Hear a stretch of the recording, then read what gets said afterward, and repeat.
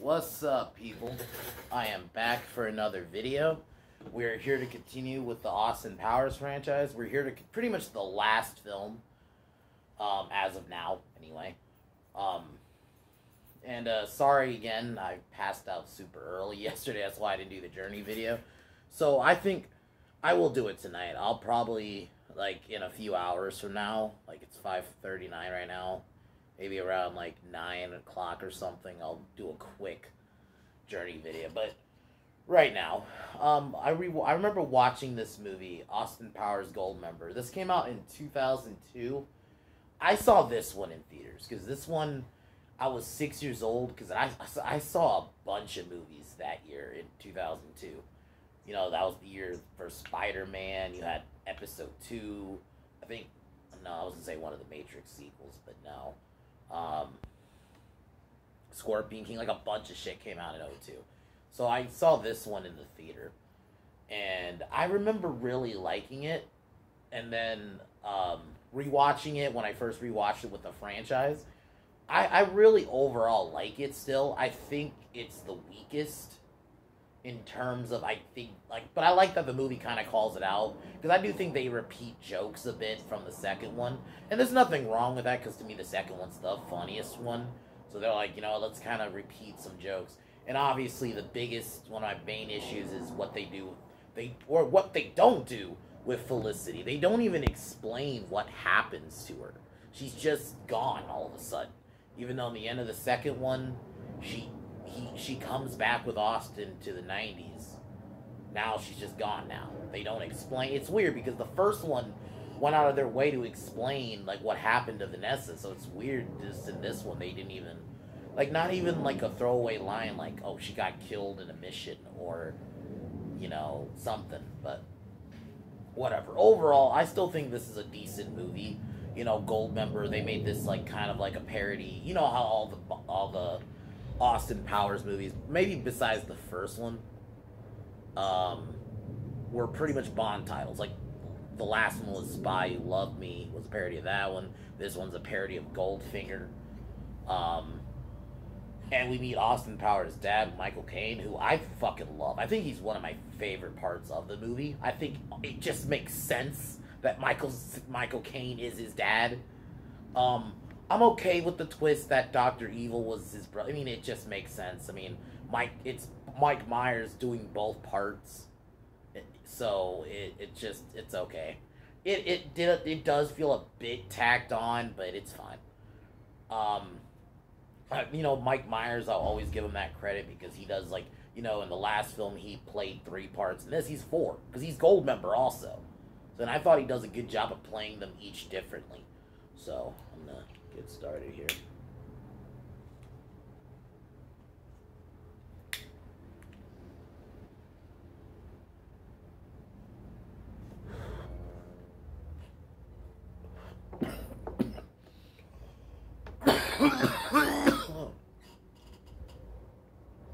So the movie opens up. We get like we see this Austin Powers action scene, but it turns out it's a movie. Tom Cruise's fucking Austin is just fucking memeable. You got Gwyneth Paltrow as she was the Austin Powers girl in it. Kevin Spacey as Dr. Evil. Well, it makes more sense now then, but you know, it was a funny little opening, but it turns out it's a movie. Then we get a quick cameo from Steven Spielberg, and then we get like the signature, you know, Austin Powers dance number opening. I fucking love those. And then this one is pretty funny because we get a quick cameo from Britney Spears, and you know, she was like a fembot almost, and he obviously out dances her and she gets destroyed. And then we see the real opening is Dr. Evil, now living in the Hollywood sign, is figuring out a plan to meet up with his old Dutch partner, Goldmember, which is Austin Powers, which is also Mike Myers. So we get a funny banter between him and Scott again. I fucking love those little moments between him and Scott. I fucking love it. then um, then because he names his newest weapon Preparation H, which is supposed to be like a tractor beam, and then we see but Dr. Evil ends up getting arrested. Then he gets sentenced. Has a funny little moment where fucking Mini Me flashes the audience. Then he gets placed in jail. Then Austin, Austin gets knighted, but his dad isn't there, and that's kind of the theme of this movie. There's even like a party where fucking Austin's singing the song "Daddy Wasn't There." I like this movie. I'll admit it's not as funny as the I'll even say the second one, the first one even. I don't think it's as funny as the first two, but I think it's fine. It's a fine movie. That's kind of how I look at it. It's an okay action flick that works, and it works as an Austin. I'll admit it's not as funny. Like, I'll admit, like, when I was watching the first one, I was laughing more. Definitely in the second one, I was watching that, I was dying. This one, I laughed a few times. So Austin Powers learns that his dad has been kidnapped by Goldmember, and Austin confronts Dr. Evil, and Dr. Evil basically makes a deal with Austin if Austin gets him out and going to go to public prison so he can see Mini-Me. He tells him that his dad is in 1975, and this is which we're now going to get to probably my other major issue with this movie. But so Austin Powers time travels in like a Pitmobile because it's the 70s. This is where we meet Foxy, which is Beyonce, who I'll say I don't like Beyonce. Never been a fan. I think her music's crap. I think some of her music's okay, like her older stuff, but she's overrated. But she's fine in this. I'll be fair. She's fine in this. I'll admit it. She's not terrible. I think she's an okay. I would still say she's one of the weaker love interests if I were to compare her to Felicity and Vanessa. But I think she's fine in this movie, especially because it was the 70s. So it made sense to get a black chick with, big afro, type of deal. But I don't really like it where they don't explain what happened to Felicity at all. They don't at all explain. She's just gone. I saw a theory out there, but this is something somebody made up, where in the second one, if you remember, there was the two Austins in the end, and one of them goes with Felicity. The theory is this is the other Austin that didn't go with Felicity, but it's not in the movie, and I think that's too out there of a theory that I can't. There's nothing even showing that makes any sense. So they just don't even, maybe off screen or something, they couldn't get Heather Graham to come back, and maybe they're just like, don't even explain it. So they just gloss over it, whatever. So it turns out Foxy and Austin hooked up years before. She helps him get to his father. We learn his father, Nigel, is Michael Caine. I'll admit, it's so. I think their scenes together are fucking great. It just makes sense. Michael Caine, especially because Michael Caine in this, he's also an agent who, kind of does what Austin does, shagging a bunch of women. Cool. He's fucking suave, and I just think it's. So I think he's one of the best parts of the movie.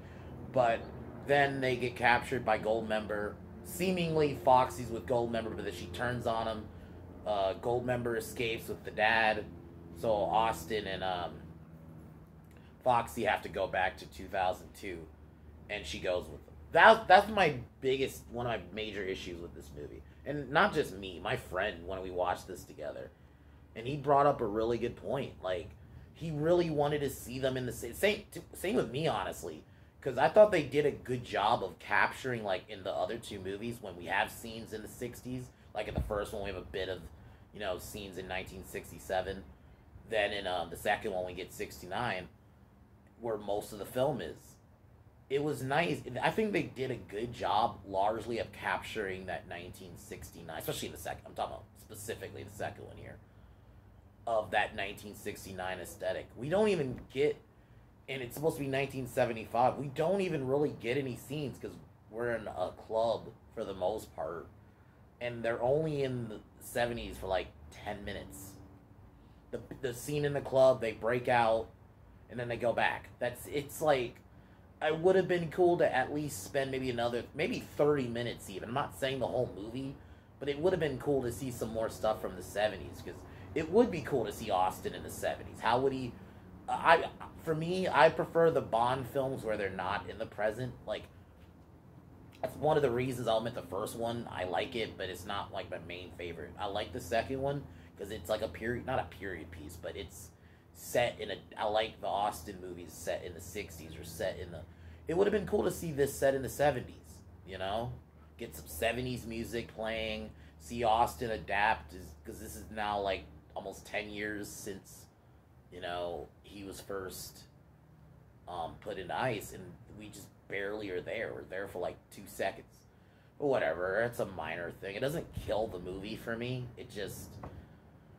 So, they time travel. We see Dr. Evil's base. We get a funny gag, the how about no thing, because he sees fucking Goldmember being a weirdo. Then it turns out Scott Evil decides to become more like his dad, like shaves his head, is more... I might be jumping a bit ahead, but fuck it. Actually, no, I am jumping a bit ahead, but... Alright, so I'm gonna go back now.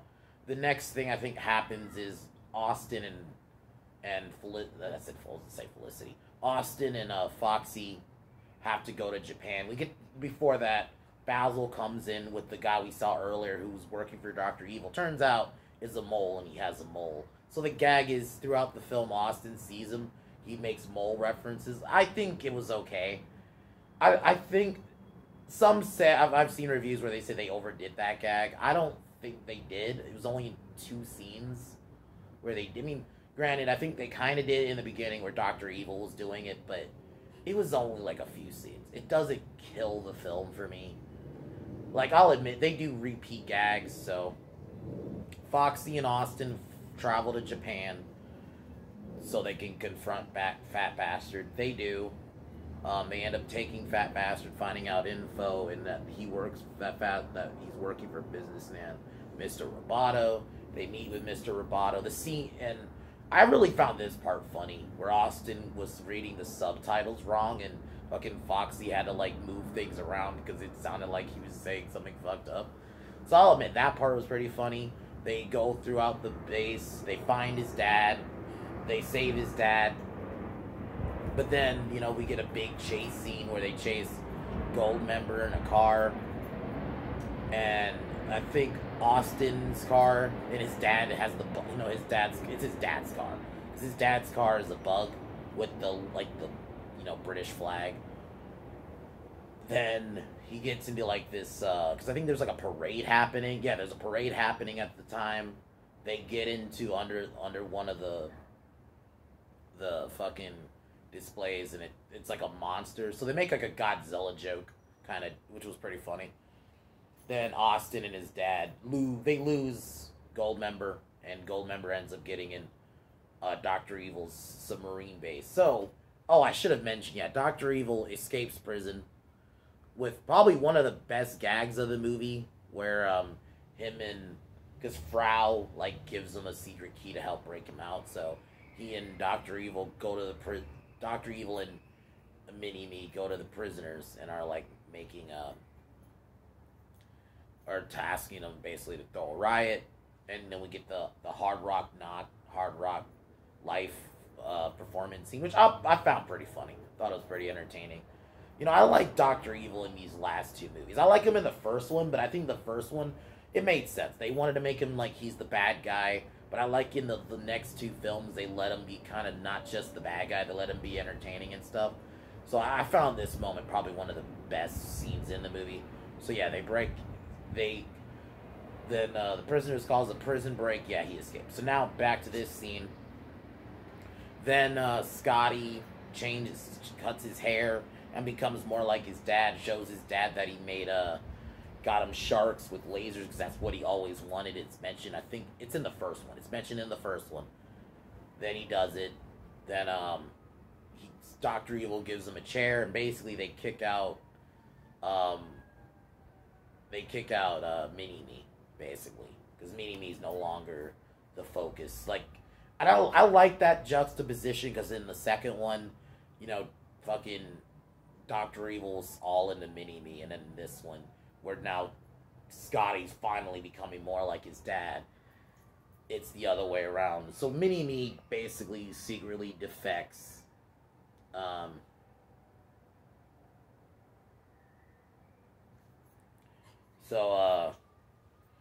Then we get a funny scene where it turns out Mini-Me is defecting from Dr. Evil, so he's working with the government. We see the guy with the mole. He goes and takes a call, and Austin comes. All he sees is Mini-Me with a knife, and then we have a quick fight scene where Austin's just beating the shit out of him because he doesn't know he defected. So then the mole guy comes in. We get more mole jokes. Then Foxy, Austin, and Mini-Me go on the base. We get kind of the same gag from the second one, if you remember, where the officers were going to Austin and Felicity's camp, and they were seeing him through like the shadows, and they were doing stuff that looked inappropriate, but they were actually doing something else. So they do that again with Austin and Mini-Me, and it's with the same guy. He goes down and he sees, because Austin was posing as, and Mini-Me were posing as a doctor, right? And then the other guy captures them, and then Mini-Me slides off of him. But the angle, it looks like Austin's giving birth to Mini-Me. So I'll admit, this is pretty funny. I still, for the most part, find this movie funny. It's just not as funny as the other two.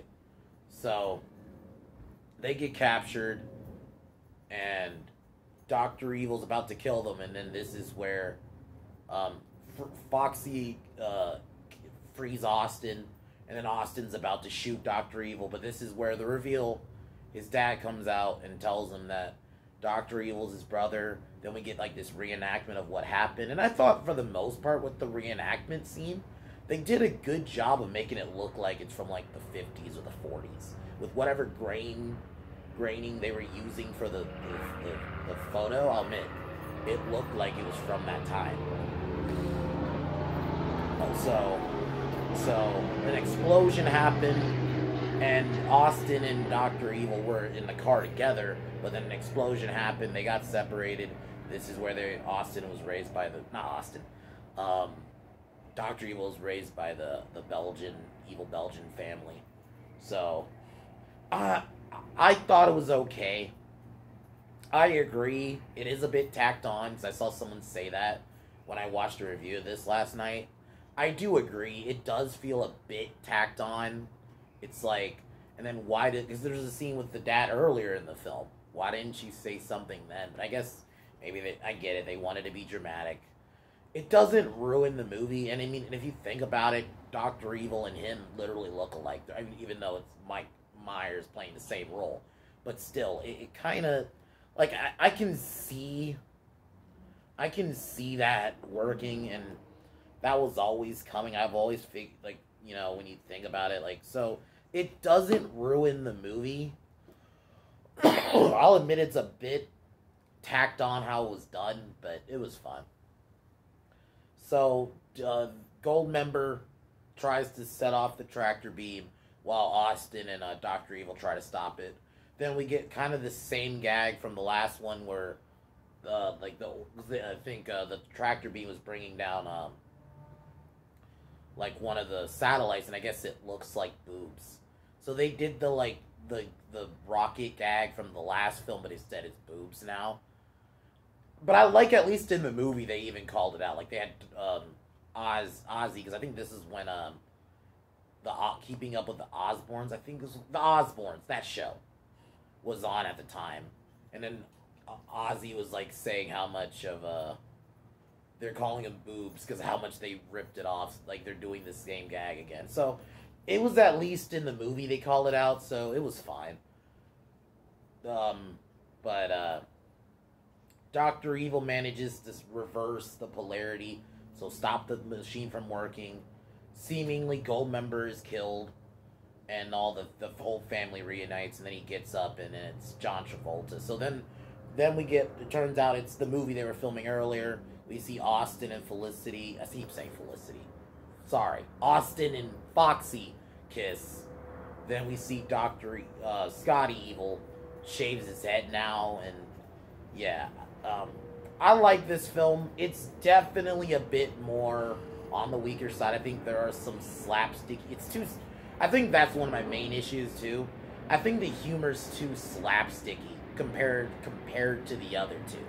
Like, I feel like the other two, yeah, there were slapstick moments, especially the fight with Mini Me in the rocket in the second one. But in this, it's just there's a bit more at times, but it doesn't kill it. Like, I still think it's watchable largely. It's still a fun Austin Powers movie. You still get some funny Dr. Evil scenes. I like the scenes in Japan. I just wish they kept it in the 70s. Honestly, I think that would have been cool. I didn't really like them only being in the 70s for like 10 minutes. Beyonce was alright, regardless of what I think of her music and her as a person. I think she was fine in this. She was an okay as a Powers girl. But I thought Goldmember was a good character. I do think there should have been more scenes with him, especially because how much it's literally titled Goldmember, but it still made it seem like Dr. Evil was the ultimate bad guy. But then they kind of switched it with the reveal in the end. But Mike Myers always does good. I thought he did great in this, playing especially 4 roles in this. And I thought Goldmember was fucking funny with some of the his talking about him being toy and shit. Fucking Doctor Evil, fucking weird. I like that scene. I think it's still a fun movie. I largely think it's largely a positive movie. I would recommend it. I think it works as a kind of a conclusion. You know, Dr. Evil is revealed to be Austin's brother, and he's not evil anymore, so it kind of works. They make it seem like they can set it up where Scotty is the bad guy, but do you really... As much as I'm okay with Seth Green, I don't need to see him as the actual bad guy. I think this can work as an end. And also, Vern Troyer died. I don't think it would be right, because he's such a staple of this franchise now. I just think if you try to do one without him, it just wouldn't work. And also, I just think, what are you going to do? I wouldn't want to see an Austin Powers film set in 2021. You'd have to do another thing where they get a time machine or something and set it in a decade. I don't want it set now. And I just think there's been too much time. Literally, Austin Powers Goldmember was 2002. That's almost 20 years ago. It's going to be 20 years ago next year. I still, like I said, overall, this film was fun. I would recommend it. It works as, if you want a conclusion. It does work as a trilogy. You could call it the Austin Powers trilogy, and Goldmember was it. You know, Dr. Evil's not evil anymore. He has a better relationship with his dad. I think stuff like that. So it works as a conclusion. So I would definitely say watch it. I would give it a 7 out of 10. I do think it's the weakest of the 3. I don't think it's as funny. I think they relied a bit too much on slapstick humor compared to the other two. I think slapstick... It does... For me, my other issue is when you do slapstick humor, when you introduce it in a franchise that never relied on it. You know what I mean? When you rely... It was those first 2 movies, they didn't rely on that kind of humor. And then, oh, we're going to do it in this one. It's such a shift. But I still like this one as a film. So I definitely would say watch it. It works as a conclusion to the Austin Powers movies. I wouldn't want a 4th one. I guess I'll talk about that really quick. There's no reason to do a 4th one.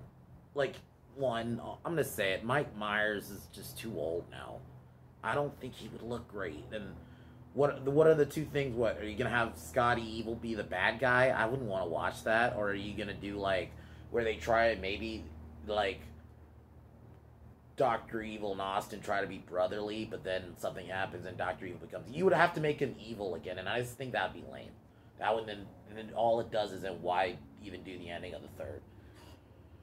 And biggest reason, Vern Troyer is gone. He's such a staple of this franchise, even though he was only introduced in the 2nd one. I just feel I don't know if people would want him to do one without him. You know, R.I.P. Vern Troyer. It just, I don't think it'd be right. And my other biggest reason, I don't think it'd be funny. I feel like, what are they gonna do? I mean, I guess they can make a joke about like him trying to be PC, but it's like you already kind of did that in the first one, where he tried to modernize himself. Granted, it wasn't for woke reasons, but because he had to be used to like a one-woman man. But are they gonna like do it to where he has to now be like a male feminist style? I mean, I guess that could be funny with the right writer, but it's just I just don't think you could do it without Vern Troyer. I just think comedies like this, just kind of leave it. It's been almost 20 years since Goldmember. What's the point of doing a fourth one now?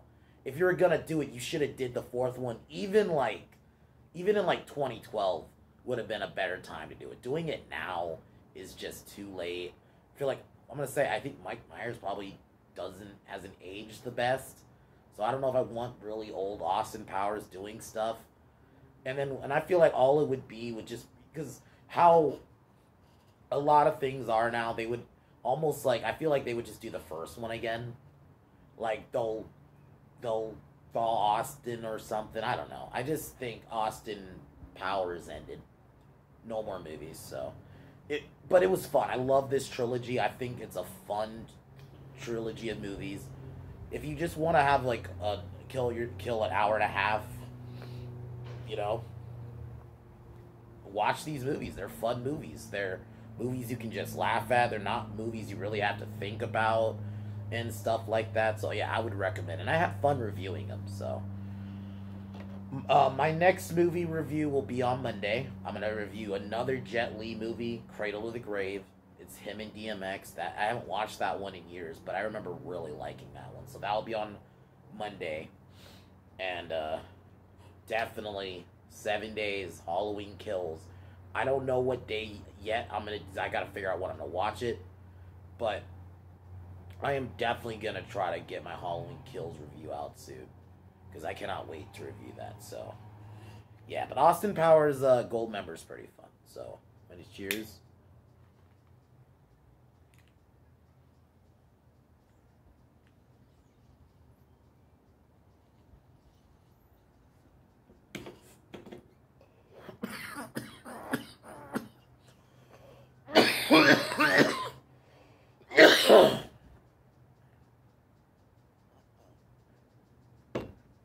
But other than that, I promise I will do my bands I love on Journey tonight. I'll do that later, and then Monday, Cradle to the Grave review. But I'm gonna end the video now, as usual. Fuck Warner Brothers. Fuck Disney. Fuck LaBitch James. Fuck Kevin Smith. Fuck Joy Reid. And of course, fuck Joe Biden and his administration. I'll talk to y'all later. Peace.